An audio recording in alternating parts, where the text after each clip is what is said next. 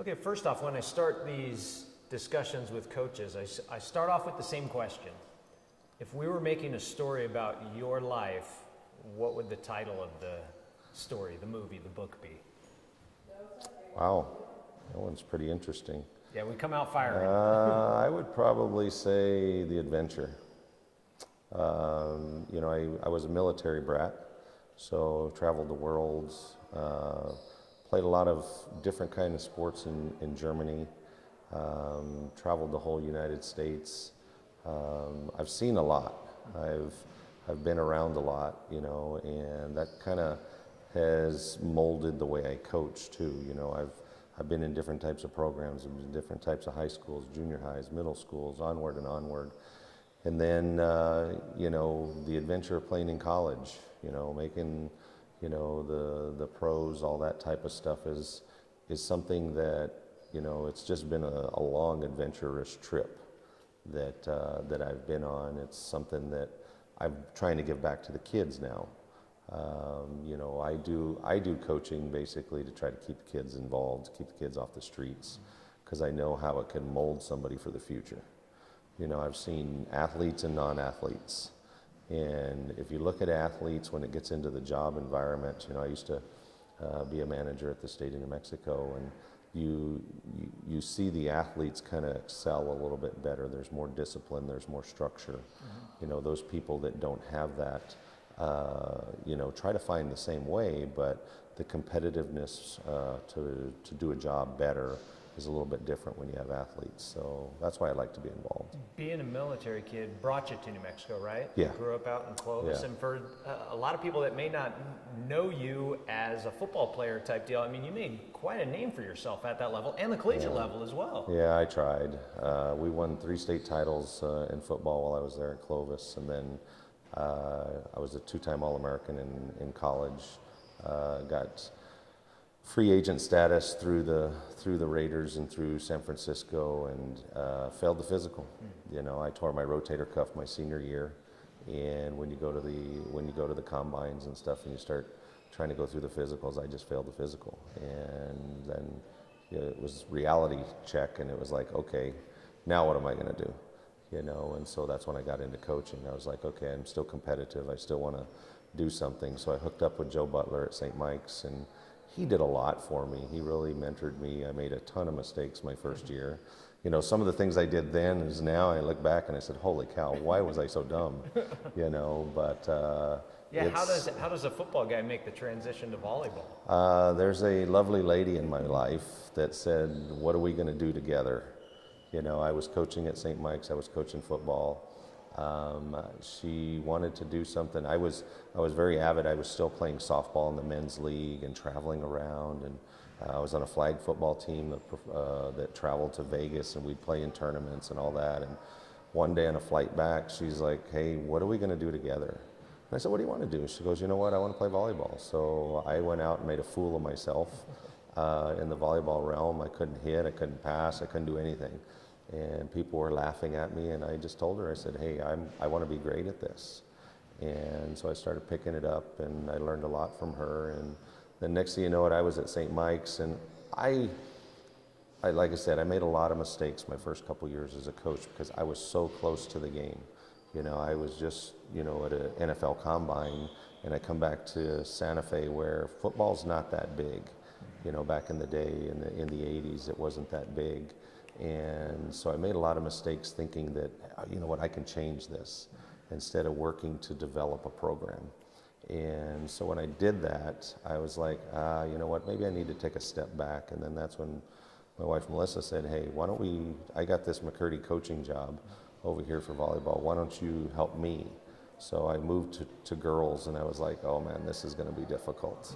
But I coach the same way I was coaching boys, I coach girls, is because the girls like the discipline, the girls like the structure, the girls like to be challenged.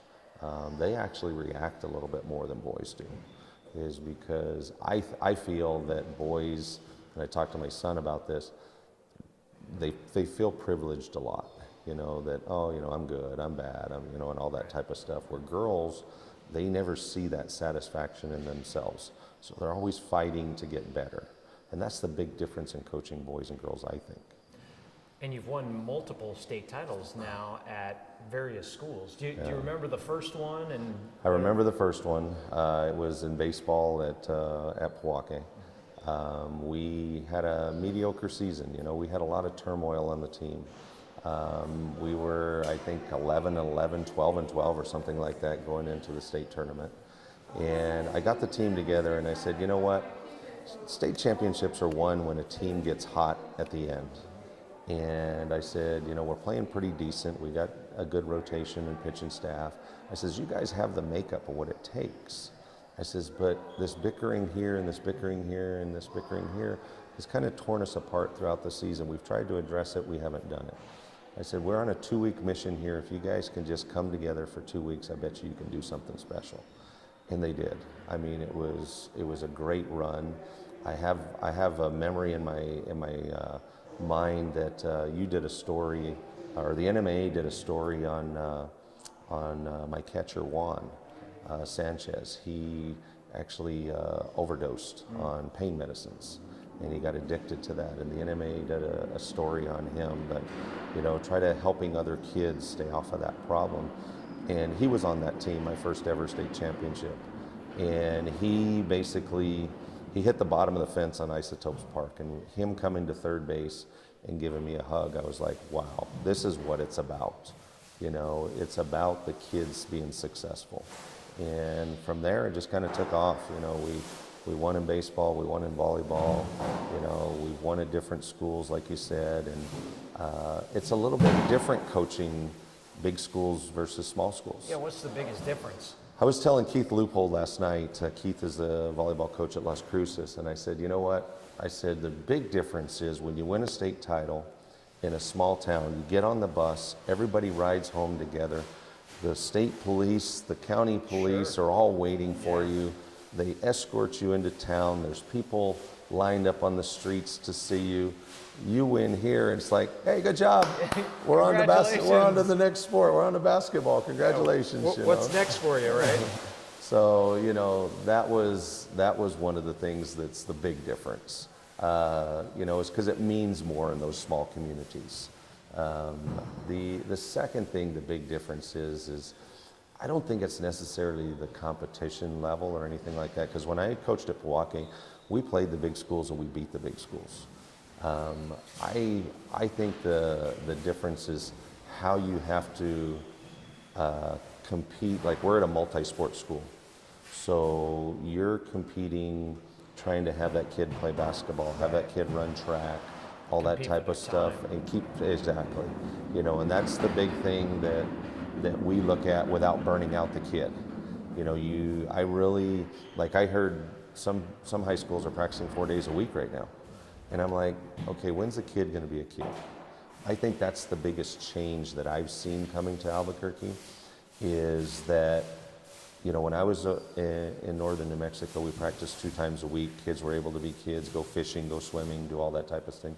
These kids that I talk to nowadays can't do that stuff because they're so burnt out, they're so tired. You know, my son's a great example. You know, he was a multi-sport athlete, played 3 sports, and 6 in the morning he would, you know, they start on, I don't know if they started this Monday or next Monday. 6 in the morning he would go till 10 for football, so about 3 hours. Then from 10:30 to 12:30 he would do basketball, and then he would go to baseball in the afternoon. And oh, by the way, now we either got a 7-on-7 scrimmage at night or we got a baseball game at night. When's the kid got to be a kid? How do you solve that? How do you fix that problem? Me personally, I give the kids off the whole month of May, and then in June it's not mandatory. You know what, if you want to show up, you show up, and we do 2 nights a week. We do Tuesdays and Thursdays. We don't really get serious until July, you know, is because I want the kids to be a kid. I want the kids to understand that there's more to life than just playing sports. There's so many kids nowadays that they play the club in these facilities that we're in now, or they think they're going to be a D1 scholarship athlete. Always, yeah. And my opening speech to everybody is, there's 6 million high school athletes around the the United States here. And D1s recruit all over the world. 1% of those 6 million athletes get chosen to play Division One. 3% get chosen to play Division Two. Just because you don't get a college scholarship does not mean you're a failure.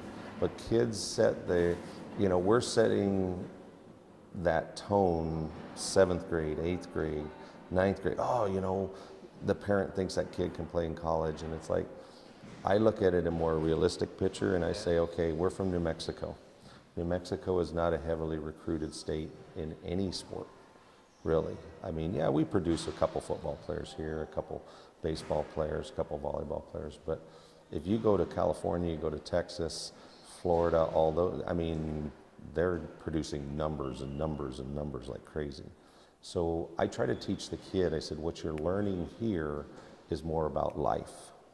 If you can take the athletic competition, mold it into your lifestyle, what you want to be, set your goals, learn how to achieve goals, that's going to be more worth it than, hey, I got a D1 scholarship. My daughter plays D1 volleyball. And I hear more now, and I'm so proud.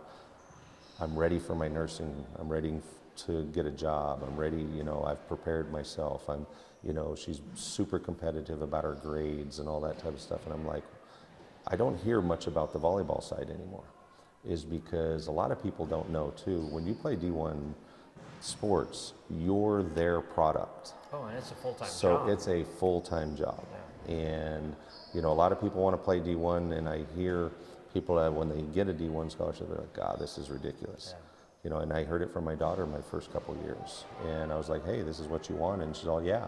And that's when I guided her, and I sat her down one day and I said, you know what? It's not about so much volleyball. It's about this scholarship that you got, that you're going to walk out of school debt-free. Yeah. And if you walk out of school debt-free with a diploma. But 18 and 19-year-olds don't see that way. Most of them don't. But I sat my daughter down and I said, look, you're getting $25 an hour to play volleyball. This is a job. Right. That's why you're doing the community service. That's why you're doing all this type of stuff. And that's where I think if coaches, and I've talked to a few coaches here and there, and I says, if we as coaches can take it so much out of the winning and losing, and I would have never said this 30 years ago, you take it more out of the winning and losing, and you take, how can we make this child win? Be a winner. That's what it's about now for me. Now, you were one of the people out of high school that got an athletic scholarship, yep. Succeeded, made a name for yourself, had a shot at the pros. Do you ever look back on what could have been, that sort of thing? I do a lot, and I tell kids, if I could have lifted a couple more weights, if I could have been a little bit stronger, if I would have run a little bit more and put more into it, then maybe I wouldn't have gotten hurt. It was a freak accident where I got hurt.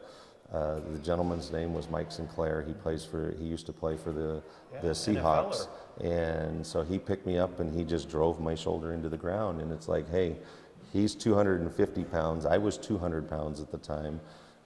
Gravity works in a different way, and I just lost it, And back in those days, you were able to get steroids, you were able to get cortisone shots, and they gave me something to kind of numb the pain, and I played through the pain.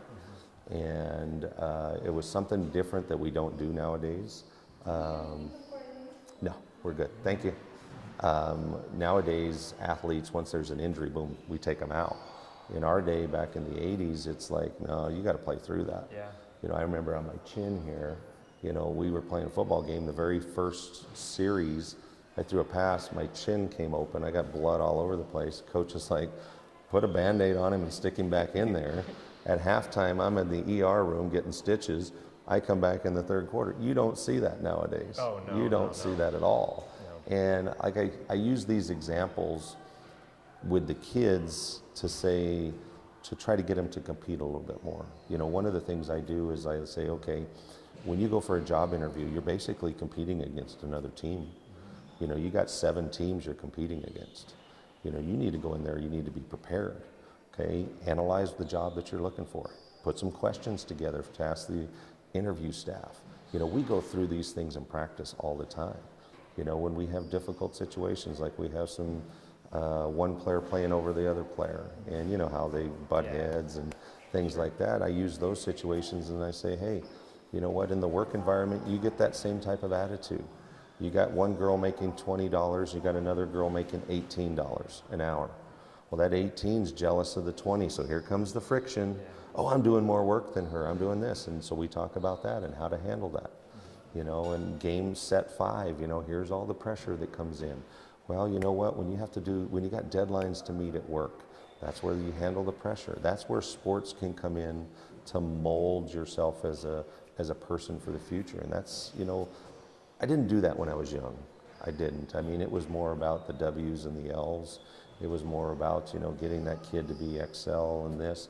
And now kind of changed my philosophy over the last 15, 20 years and saying, hey, my job is to develop this kid. Because, you know, we were lucky. I've won a lot of state titles, but I'll be honest with you, it's very hard to win. It's very hard to win. You know, there's so many great programs out there now. I think it's kind of evened out a little bit. You know, there's a lot of, I was reading an article about the NMA possibly looking at different rules as far as kids transferring from one school to another. There is a ton of that goes on. Are we doing that just to get the W, or are we doing that to better the kid? I think the coaches and the schools are looking at it the wrong way. I think, you know, I take pride where we're at is that we don't have many transfer kids that come in. I love to take a 7th grader, an 8th grader, a 9th grader and make them, you know, I have kids tell me every year, well, you're my second father. You care about me, you've helped me so much. I think that's what it's about. You know, winning and losing is definitely out there. I understand that, and we all want to win. We all want to win state titles. But I think it's gotten too competitive where I've got to steal this kid to go make my program better. You know, and I don't think we're doing that in the best interest of the kid. And I'd like to see a little bit of a change in that. And bringing this full circle, you said the story of yours would be the adventure. Yeah. What's the next adventure for you? Where does this go from here? We were talking with my wife, Melissa, we were talking that the next adventure is how do we survive just by ourselves. Both our kids have been successful. Both our kids are now graduating from high school. So we're back to be empty nesters. So, you know, we're going to start going to the rock concerts and things along those and try to see if we can find a way to get out of the sport world within maybe the next 5 to 6 years. You know, I don't know. I take it year by year now, and I've always wanted to get like in an RV and just drive around and enjoy what. The question is, does your wife want to do that? As long as it's an RV and she can sleep in it. You know, she got out of coaching a few years ago, but now she's back in it, and she's liking the camaraderie that she's building with the kids and things along those lines. But I think, you know, Brianna's finishing college, Justin's finishing high school, going into college. We're trying to find what that next adventure really is going to be outside of sports, because, you know, we've been around sports now for 30 years. You know, before we even played, I mean, we played them even further back. And so we're trying to find out, okay, is it going to be, we're going to be one of these, you know, rock concert junkies, or, you know, are we going to be traveling the U.S. to going to go, I'd like to see all the 7 wonders of the world. You know, I've seen 3 of them. And so I'd like to finish that journey. You know, I got a thing where I've always wanted to go to every NFL stadium and see the NFL different stadiums that are being built now. You know, that's another bucket list item. So that's why I told my wife, I said, you know, maybe we create a bucket list and just start knocking some of these things off and kind of go. So that's where I think the adventure is going to hopefully wrap up. We'll see what happens. All right, Brian Ainsworth, the adventure. Thank you.